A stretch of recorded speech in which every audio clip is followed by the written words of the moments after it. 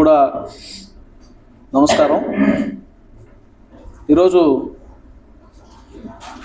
ఇచ్చిన మాట ప్రకారం ఇచ్చిన హామీకి కట్టుబడి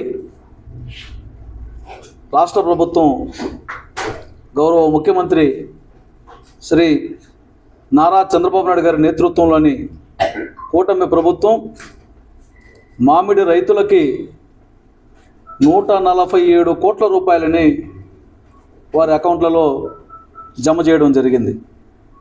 ఈరోజు ఉదయం 11 గంటల నుంచి ప్రతి ఇంటి దగ్గర ప్రతి ఊర్లో వచ్చే సౌండ్ టింగ్ టింగ్ టింగ్ టింగ్ టింగ్ టింగ్ టింగ్ టింగ్ టింగ్ టింగ్ టింగ్ టింగ్ టింగ్ టింగ్ టింగ్ టింగ్ టింగ్ టింగ్ ఏంటంటే సెల్ ఫోన్కి వచ్చే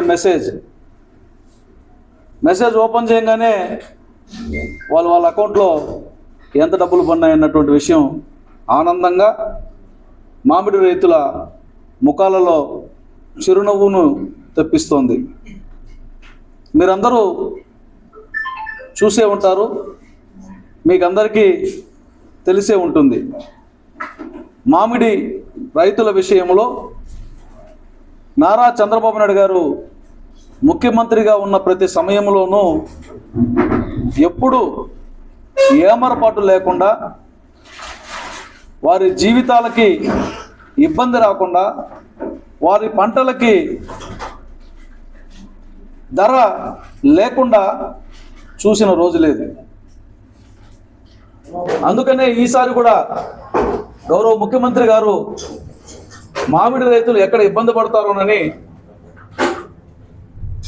టన్నుకు 4,000 రూపాయలు ప్రభుత్వం ఇస్తుందని హామీ ఇవ్వడం జరిగింది. ఈ మేరకు చిత్తూరు జిల్లాలో 3,67,000 మెట్రిక్ టన్నులు 32,000 మంది రైతులకి 89,000 ట్రిప్పులకు సంబంధించి ట్రాన్సాక్షన్స్ సంబంధించి 147 కోట్ల రూపాయలని విడుదల చేయడం జరిగింది. నేను అడుగుతున్నా, కుక్కల వలె నక్కల వలె వీధుల్లో బురదల్లో తిరిగే పందుల వలె మురిగిన అరిచిన నానా యాగి చేసిన నీతి తప్పిన నేతల్లారా ఏమంటారు? మీరేమంటారు? ఈ ప్రభుత్వం యొక్క కట్టుబాటుని, ఈ ప్రభుత్వం యొక్క నిబద్ధతని, ఈ ప్రభుత్వం యొక్క బాధ్యతని చూసి మీరేమంటారు?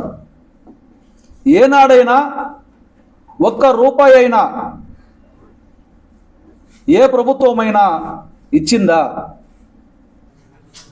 మేమున్నప్పుడు రేటు బాగుంది, మేమున్నప్పుడు అది బాగుంది అని చిలక పలుకులు పలుకుతున్నటువంటి నాయకులైనా సరే ఏనాడైనా రైతాంగానికి ఈ స్థాయిలో సహాయం చేశారా? ఒక సీజనల్ ఫ్రూట్ పండించే రైతు గౌరవంగా గర్వంగా నా పంటకు సరైన ధర లేనప్పుడు నన్ను ఆదుకోవడానికి ఒక ప్రభుత్వం ఉంది అని భరోసాను కల్పించే ప్రయత్నం ఎవరైనా చేశారా? ఒక్క నారా చంద్రబాబు నాయుడు గారు తప్పని అడుగుతున్నా. అయినా నీతి మాలిన మాటలు మాట్లాడుతున్నారు, అయినా వక్రమైనటువంటి మాటలు మాట్లాడుతున్నారు.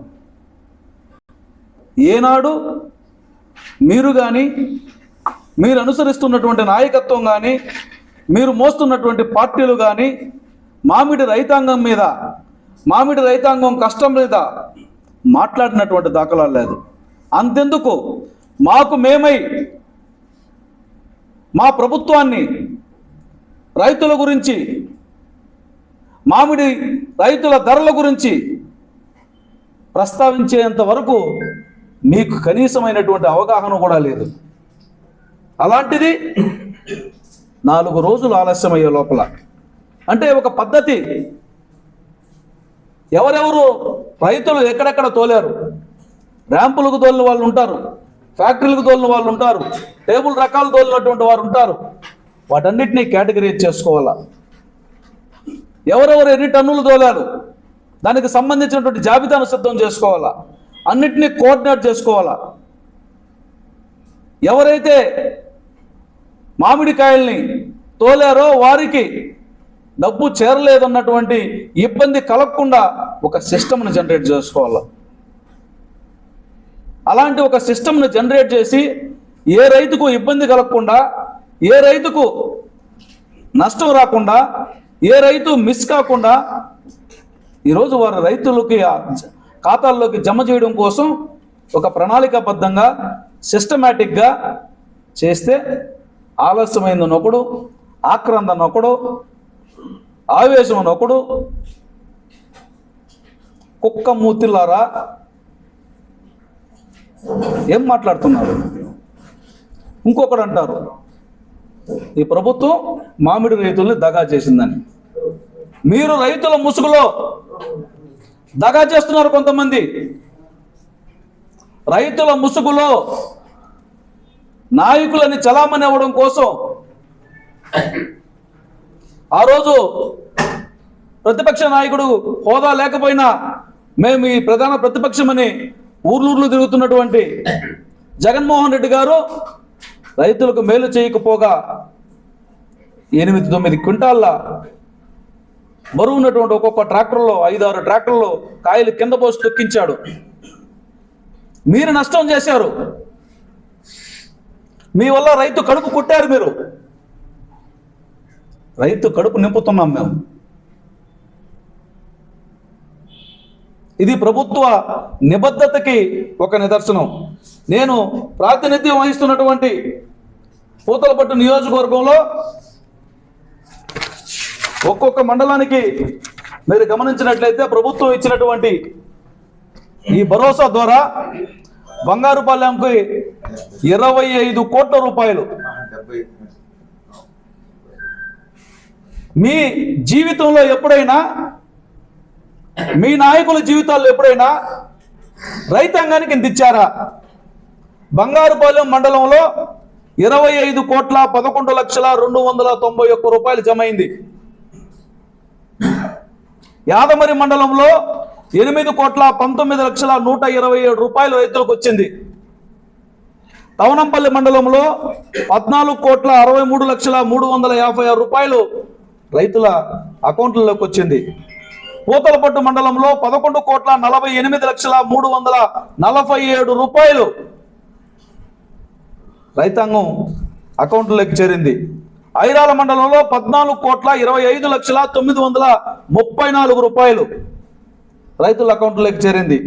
మొత్తం కలిపి ఒక్క పూతలపట్టు నియోజకవర్గంలో 73,68,55 రూపాయలు. సిగ్గు శరం ఉండేవాడు ఎవడైనా ఈ లెక్కలు చూసిన తర్వాత, అకౌంట్లో జమ అయినటువంటి డబ్బులను చూసిన తర్వాత మాట్లాడితే దాన్ని అన్నం తినే నోరనరు. మళ్ళీ చెప్తున్నా, ఇంత చూసిన తర్వాత, ఇంత చేసిన ప్రభుత్వాన్ని ఎవడైనా మాట్లాడితే దాన్ని అన్నం తినే నోరనరు.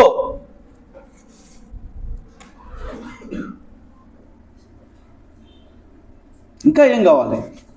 ఒక్కొక్క నియోజకవర్గాల వారీగా కోటాను కోట్ల రూపాయలు ప్రభుత్వం ఇచ్చిన మాట ప్రకారం వారి అకౌంట్లోకి జమ చేయడం జరిగింది. నేను కొంతమంది రైతు నాయకులు ముసుగేసుకున్నటువంటి వారిని అడుగుతున్నా, మీ అకౌంట్లో కూడా డబ్బు పడింది. మీ గుండెల మీద చేసుకొని నిజంగా మీరు రైతు అయితే, ఉద్యమం పేరుతో వస్తున్నటువంటి వారు నిజంగా రైతు అయితే వాళ్ళ అకౌంట్లో కూడా డబ్బు పడింది. కాదంటే నువ్వు రైతు కాదు. నువ్వు నిజంగా రైతు అయితే నీ అకౌంట్లో డబ్బు పడిందా లేదా చెప్పి నువ్వు మాట్లాడాలా. లేదంటే నేను నీతి మాలిన వాడిని, నాకు డబ్బు తీసుకున్నా కూడా మాట్లాడే స్వభావం ఉంది, తల్లు పాలు దాగి రొమ్ము గుద్దే రకాన్ని అని నీకు నువ్వు ప్రకటించుకోవాలా. ఇలా మాట్లాడటం అంటే తల్లి పాలు దాగి రొమ్ము గుద్దడమే. నిజంగా రైతు అయితే నీ జీవిత కాలంలో ఏ ప్రభుత్వమైనా ఇంత డబ్బులు ఇచ్చిందా? ముందుగా దానికి చెప్పి నువ్వు మాట్లాడాలా. నీ జీవిత కాలంలో ఎవడైనా సరే, మాట్లాడే ప్రతి ఒక్కరిని అడుగుతున్నా, మీ జీవిత కాలంలో ఎవరైనా ఏ ప్రభుత్వం నుంచైనా ఇంత డబ్బులు పొంది ఉన్నారా? అంటే మంచి చేస్తున్నటువంటి వారిని తరుముకొస్తాం, ఇతర నాయకుల దగ్గర ముడుపులు తీసుకొని మేము కంపు నోటితో మాట్లాడతామంటారా? ఒకరిద్దరు అలాంటి పని చేస్తున్నారు. వారి భరతం కూడా త్వరలోనే పడతాం. రైతు నాయకులు ముసుగేసుకొని ఒక ఇద్దరు ముగ్గురు పక్కదారి పట్టించే ప్రయత్నం చేస్తున్నారు. వారి సంఘానికి రిజిస్ట్రేషన్ ఉండదు, రైతు నాయకులు అంటారు. ఎవరిని పిలవరు, ఎవరిని సంప్రదించరు, వారి పేర్లు వేస్తారు. మభ్య పెడుతున్నారు, మసి పూస్తున్నారు. నేను మళ్ళీ చెప్తున్నా, ఆకాశం మీద ఉమ్మితే మీ ఎంగిలి మీ ముఖానే పడుతుంది. మామిడి ధరల గురించి, మామిడి రైతాంగానికి సంబంధించి ప్రభుత్వం ఇస్తున్నటువంటి రాయితీ గురించి, ప్రభుత్వం ఇస్తున్నటువంటి ప్రోత్సాహం గురించి, ప్రభుత్వం చేస్తున్నటువంటి తోడ్పాటు గురించి మాట్లాడితే మీ ముఖాన మీరు ఉమ్ముకున్నట్లే. నీకు దమ్ముంటే, ధైర్యం ఉంటే, నిజాయితీ ఉంటే నువ్వు చేయాల్సిన పని వేరు.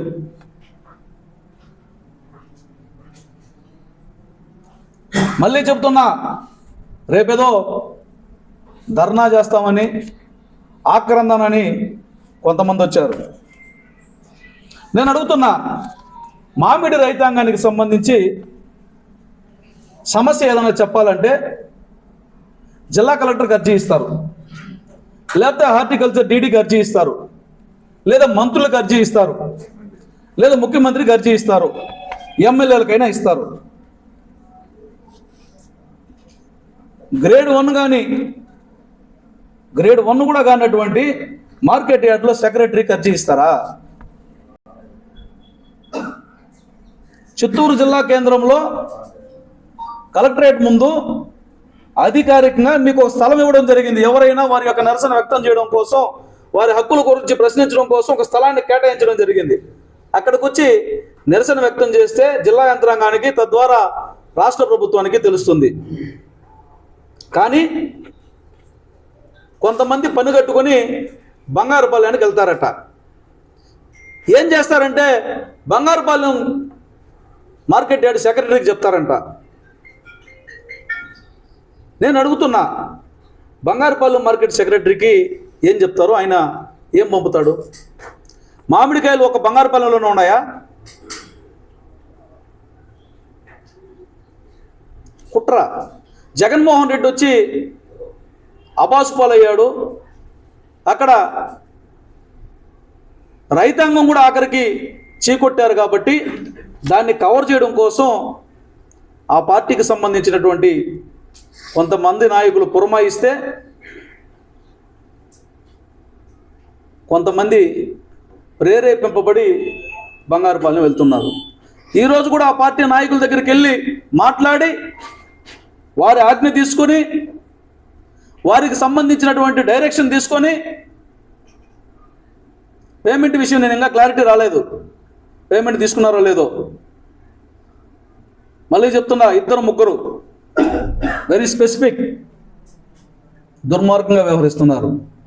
నేను మొన్న దేవలంపేటలో చెప్పా, వైఎస్ఆర్ కాంగ్రెస్ పార్టీ రకరకాల ముసుగేసుకుని వస్తుంది. ఆ రకరకాల ముసుగులో దళిత నియోజకవర్గాలనే టార్గెట్ చేస్తున్నారు.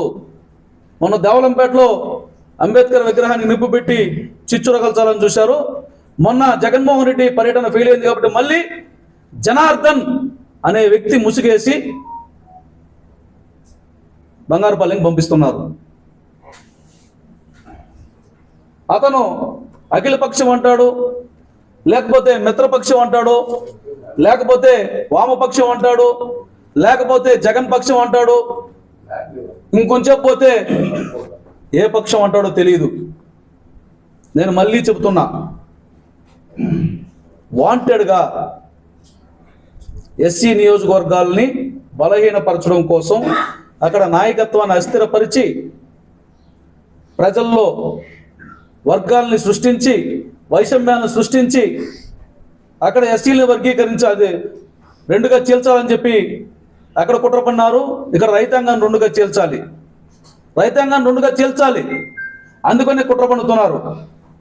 నేను ఒకటే అడుగుతున్నా మీ ద్వారా రైతాంగాన్ని కూడా, ఎవరు మంచి చేస్తున్నారో ఆలోచించండి.